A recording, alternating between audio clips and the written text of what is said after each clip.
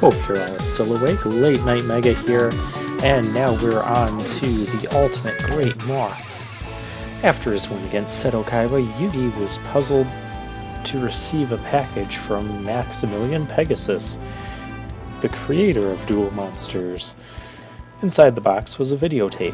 Yugi inserted the tape into the VCR and Pegasus's face popped up on the TV screen. Greetings, little Yugi. I am Maximilian Pegasus. I've heard some terribly interesting things about you. Your impressive defeat of Seto Kaiba has intrigued me so much that I've decided to investigate your amazing dueling skills personally. Right here and now, we shall hold a special duel. Suddenly, a strange and arcane magic froze time so that no one could move except for Yugi. This dark dimension we're in is known as the Shadow Realm, a mystical place where incredible monsters can be summoned and the impossible is quite possible. Tell me, Yugi, do you believe there is magic in these cards? Don't you know? You invented this game. What if I told you I didn't? Huh?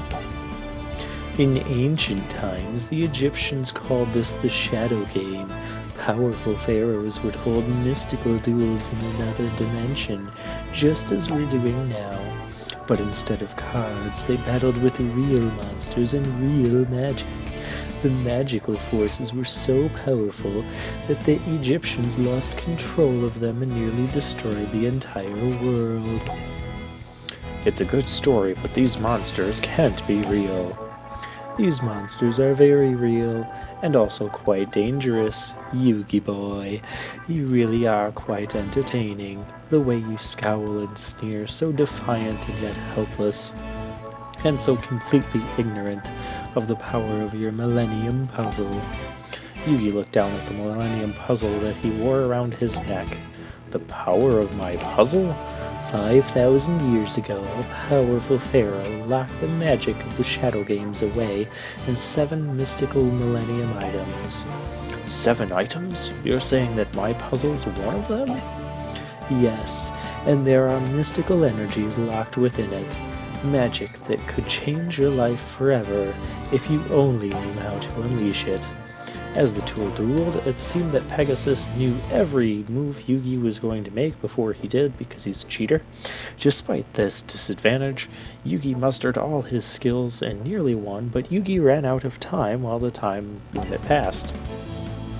I have taken a measure of your talents this day, Yugimoto, and next we duel, we shall play for far higher stakes.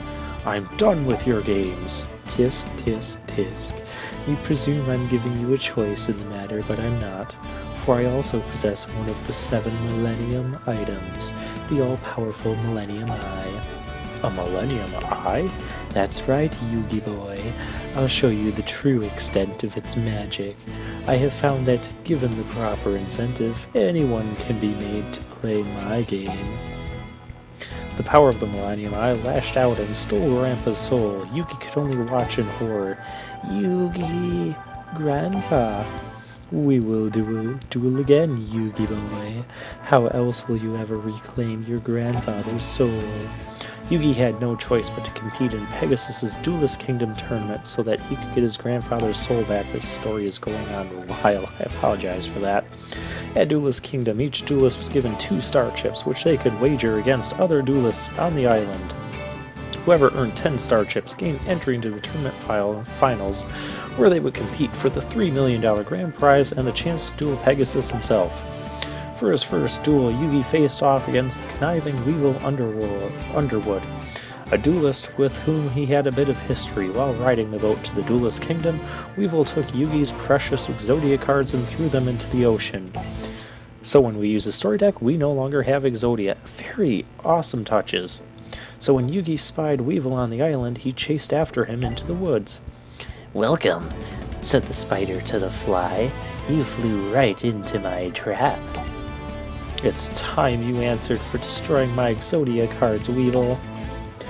"Can't you let bygones be bygones? Hee hee." Weevil, it's time to find out if you're as good at dueling as you are running away. Was I simply running away or cleverly weaving you into my web? It's time to duel. So yeah, we no longer have the mighty Exodia that won us that duel against Kaiba. Also, our deck has changed quite a bit, as you'll see.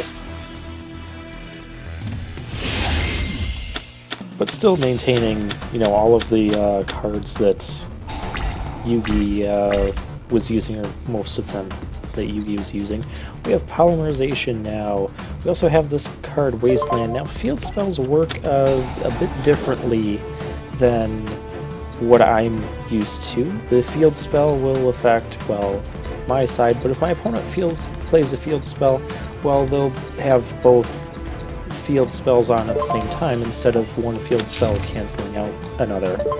So we'll set Sangan, we'll end our turn, we'll see if it survives. If not, we'll find something that will.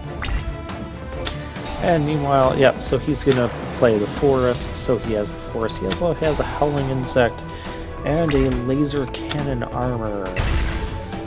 Yeah, that didn't survive. But what will survive is, well, any of these monsters that have 2000 defense. Sangan, when it's destroyed, lets us search for a monster with 1500 attack or less and put it into our hand. So we'll get the Giant Soldier of Stone. Oh look, another Wasteland. That's not useful at all. We'll set that. Now let's just take a look at the fusion monsters we can make. Gaia, the Dragon Champion. A monster that Yugi did end up using in this duel against Weevil, so like I said, I just love the fact that we can basically do this. I mean, Weevil might not have had all of these different cards. My defense is buffed. Take that. But it feels like the type of cards that you would see him playing. We're going to set this Spellbinding Circle. That'll help us out. We can tribute for the Summoned Skull here. And what do I want to get rid of? I don't know if he has like a 2 tribute monster. And plus, if I destroy Howling Insect, he can special summon another insect from his deck to the field. So he has a 2 tribute monster he's trying to get out. I don't want him to do that. I've got that Spellbinding Circle for backup anyways. Of course, we will reach a point where I have to attack that Howling Insect, but that's okay. Well, that's not going to be anytime soon, because he played Swords of Revealing Light, something that I'm supposed to have and not him. But, like I said, they did have to fill out these decks with other cards, because they didn't each play 40 cards. Nothing I really want to do at the moment, so I'll just pass the turn. I've got a 2500 attack monster, and we're going to watch this go by slowly. So I'm going to try and stick to the 1 duel per video thing, especially with the story, and if the story gets lengthy. What are you going to do, attack me with that? Why don't you move that to attack mode? I get a D-spell now.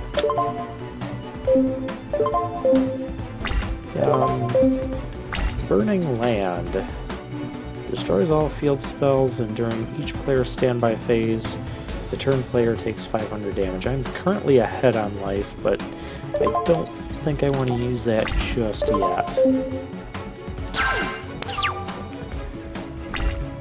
I'll see what else is going to be going on here, because that could come end up biting me in the butt. Oh hey, something Summoned Skull can wreck. Another Guy of the Dragon, or Guy of the Fierce Knight. I need the Curse of Dragon to fuse, make our fusion here. We'll end our turn, swords will go away, hooray.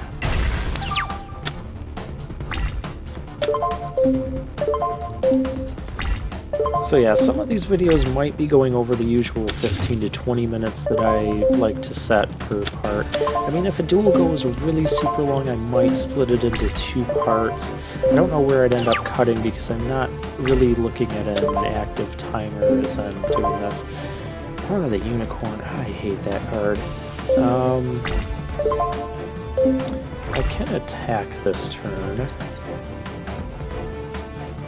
He moved everything to defense, so that's a thing. Maybe I will just play this Burning Land card and then I'll replay my Wasteland. I'm not going to play Horn of the Unicorn. What happens with the Horn is if it ends up going to my graveyard, it will automatically be the next card on the top of my deck. It'll go back to being on the top of my deck. And that can lead to a lot of issues, as you can imagine. Alright, safest thing to attack right now is this thing, so we won't do that. I'm going to save the Monster Reborn because one of those face-down monsters could easily be something like a Man-Eater Bug. And at this point I'd be kind of surprised if they weren't.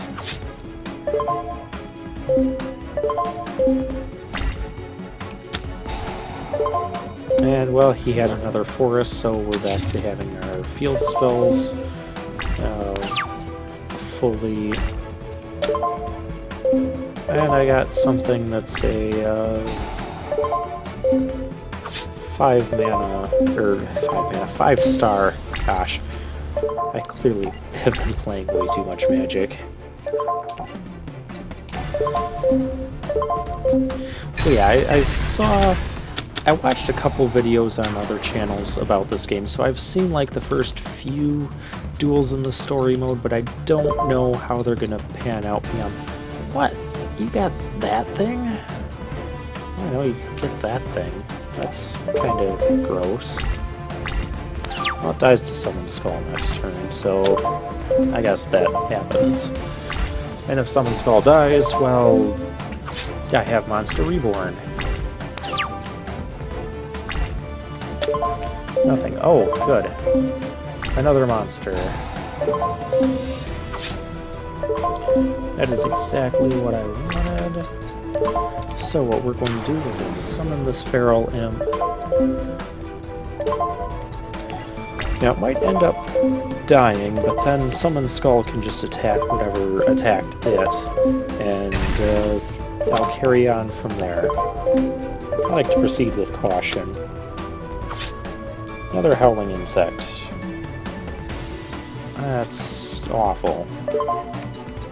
Maybe I should have put the Horn of the Unicorn on it, but I really don't like that card, just because you can kind of lock your opponent into drawing a useless equip when they have no monsters on the field to use it with, and I don't like locking up my draw step like that. Another nice thing is that Weevil was the first one to take damage from the Burning Land card, and so he'll continue to be the next one to take damage from it. Yeah, go ahead and attack that. I'm going to get to attack you back for a lot more damage. He's got so much crap on the field right now. This is all the fault of that Swords of Revealing Light.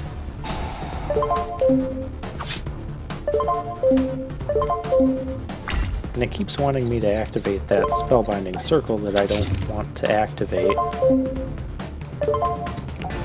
That's one thing I do find annoying about the game. Like, if I hold the B button, I think it should stop asking me. Oh, another Hercules Beetle. It's gross how he can get that big of a monster, or that big of defense with that Howling Insect, and put it in defense mode to begin with. Yeah, I figured you were gonna do that. I'm not gonna get the chance to tribute it. Can I make a fusion monster or something more exciting, please? Oh, we'll set this Beaver Warrior. I'm gonna stop throwing things in attack mode here.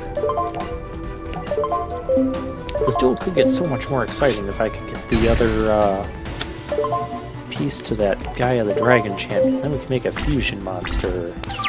Or, I don't know, give me a Dark Magician or something. I think Burning Land's just gonna end up killing everything, it looks like. Aha, Curse of Dragon! Now we get to do stuff after I take some damage. I activate polymerization. This allows me to fuse two monsters either on the field or in my hand that are listed on a fusion monster. And hooray, we have Gaia the Dragon Champion.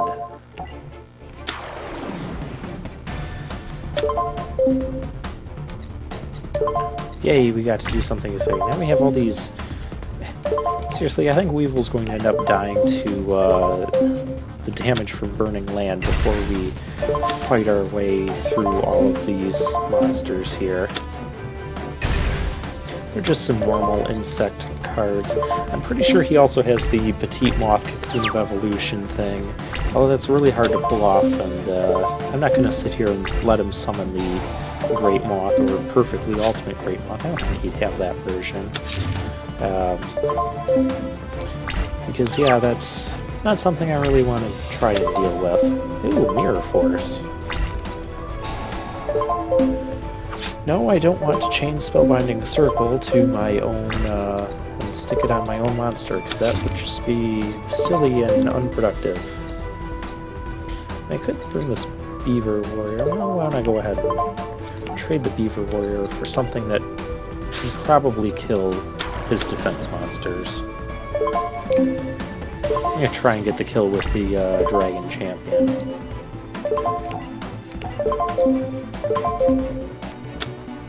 I can't believe he spent this whole duel not having anything else either. There goes some more weak insects.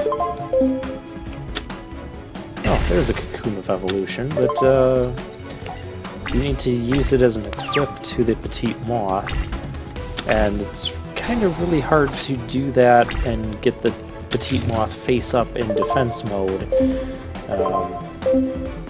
without having it die. I mean, I suppose after a Howling Insect he could have searched for it and done it that way. Alright. Moving to battle steps. Stop asking me if I want to activate. No, I don't want to activate Spellbinding Circle on my own monster. Resonance Insect, what does that thing even do? It lets him get a Great Moth. This card is sent from the field to your graveyard. You can add one level 5 or higher insect monster from your deck to your hand. If this card is banished, you can send one insect-type monster from your deck to the graveyard, except Resonance Insect. Well, that's interesting. I didn't know there was an insect support card like that. Okay, Gaia the Dragon Champion, finish him off. Well, sorry, that was unexciting for a bit, but that's what you end up with sometimes in these games. I'm still having a fun with this playthrough. I'm really excited I could bring this to you. And I didn't see too many other channels that had this playthrough and had commentary. I saw some without commentary, a couple with, but yeah. So I wanted to bring you guys these. It's over. I've won. No, impossible. My moth is unbeatable. You mean the one you didn't even summon because it's so hard to summon? Alright, so the next duel is going to be the Harpy Lady. And, well, we can also do a reverse duel on that. And try to play Weevil's deck better than he did. But I think, oh, we unlocked a booster pack. And we got some more cards and duel points. I'm gonna go check out the shop real quick. Why don't I do that on screen? Card shop. Oh, we have a couple things. And so, oh, that tells you how many cards are in it? Maybe? We'll purchase a Grandpa booster pack. That sounds weird. And we get all that stuff. Rotting Captain, that's pretty good for an early thing. Huh.